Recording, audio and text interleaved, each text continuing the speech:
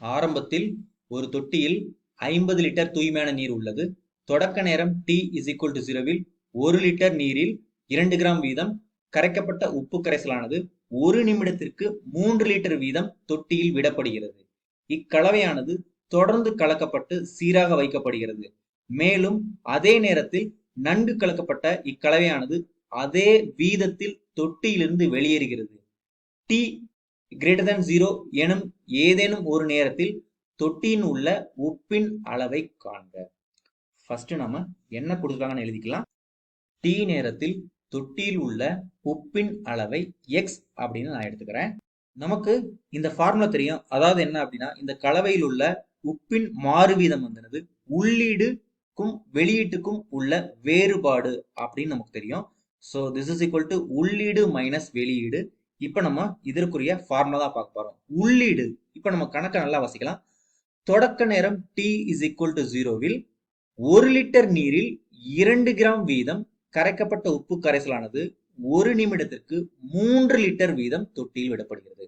So first நமக்கு என்ன பண்றாங்க அப்படின்னா வந்துட்டு 3 லிட்டர் நீரை வந்து தொட்டியில விடுறாங்க. ஓகே, 1 லிட்டர்ல வந்து என்னது 2 கிராம் அளவு உப்பு இருக்குது. ஸோ உள்ளீடு வந்து என்னது நமக்கு இங்க 6 கிராம். ஸோ மைனஸ் வெளியீடு வந்து என்னது நன்கு கலக்கப்பட்ட அக்கலவையானது. ஏன் இங்க அந்த வார்த்தை கொடுத்துருக்காங்க அப்படின்னா வந்துட்டு நல்லா கலக்கினாதான் அந்த தொட்டில உள்ள நீர் முழுக்க நம்மளுடைய உப்பு கரைசல் வந்து மிக்ஸ் ஆகி இருக்கும், அதாவது கலந்து இருக்கும். அதுதான் அதே வீதத்திலிருந்து தொட்டியிலிருந்து வெளியேறுகிறது. ஓகே, அதே வீதம் என்னது 3 லிட்டர் வீதம். ஸோ மொத்தம் எவ்வளவு 50 லிட்டர் நீர் வந்து அங்க இருக்குது.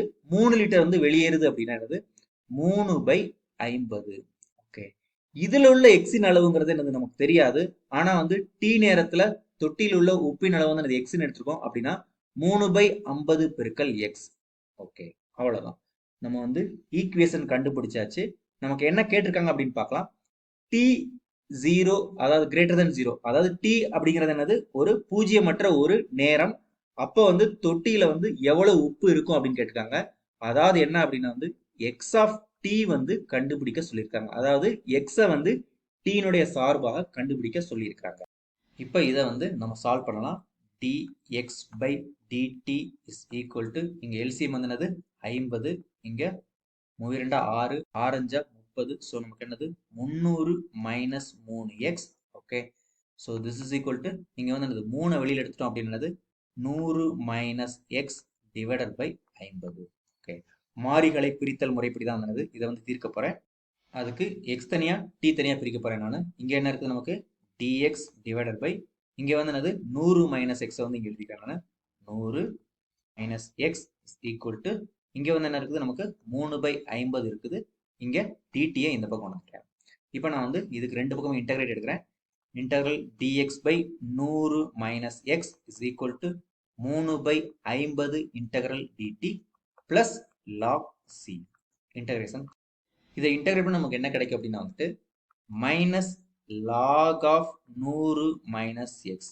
ஏன் இந்த மைனஸ் வருதுன்னா இங்க வந்து என்னது எக்ஸுக்கு ஒரு மைனஸ் இருக்கிற காரணத்தினால இது வந்து மைனஸ் வருது. So this is equal to இங்க வந்து என்னது 3/50 t. Okay, plus log C.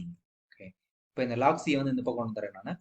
So log C minus log of 100 minus x is equal to 3/50 t. இங்க log of a minus log of p formula use பண்ணும்போது log of a by b. இங்க வந்து என்ன இருக்குன்னா log of c by 100 minus x. this is equal to 3/50 t. Okay, இங்க log remove பண்றது ரெண்டு பக்கமும் e பவர் எடுக்கிறேன் நான். அப்படி எடுக்கும்போது இங்க வந்து c by 100 minus x is equal to e power 3t/50 அப்படின்னு நமக்கு கிடைச்சிருக்கு.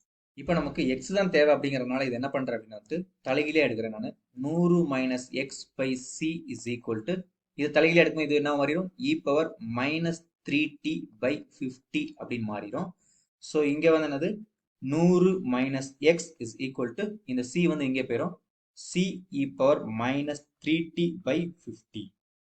நமக்கு எக்ஸ் தான் தேவை அப்படிங்கிறனால அது தனியாக எடுத்துக்கலாம். ஸோ எக்ஸை வந்து இந்த பக்கம் கொண்டு தரேன் நான். So this is equal to X. இங்கே வந்து என்ன நமக்கு 100, இந்த டேர்ம் இந்த பக்கம் கொண்டு வரேன் minus C E power minus 3t/50. Okay, இதுக்கு ஈக்குவேஷன் வந்து 1 அப்படின்னு பேர் வச்சுக்கிறேன் நான். இப்போ நம்மளோட எய்ம் என்ன அப்படின்னா வந்து இந்த சியை வந்து காலி பண்ணணும். ஓகே, அதுக்கு என்ன கொடுத்துருக்காங்க அப்படின்னு பார்க்கலாம். தொடக்க நேரம் t இஸ் ஈக்குவல் டு 0.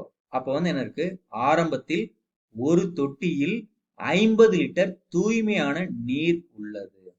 அப்படின்னா என்ன அர்த்தம் அப்படின்னா, நமக்கு t இஸ் ஈக்குவல் டு 0 அப்படி இருக்கும்போது நமக்கு உப்பே இல்லாத தண்ணி இருக்குது. அப்ப நமக்கு உப்பின் அளவு வந்து 0. t இஸ் ஈக்குவல் டு 0 இருக்கும்போது x இஸ் ஈக்குவல் டு 0. எக்ஸுங்கிறது உப்பின் அளவு.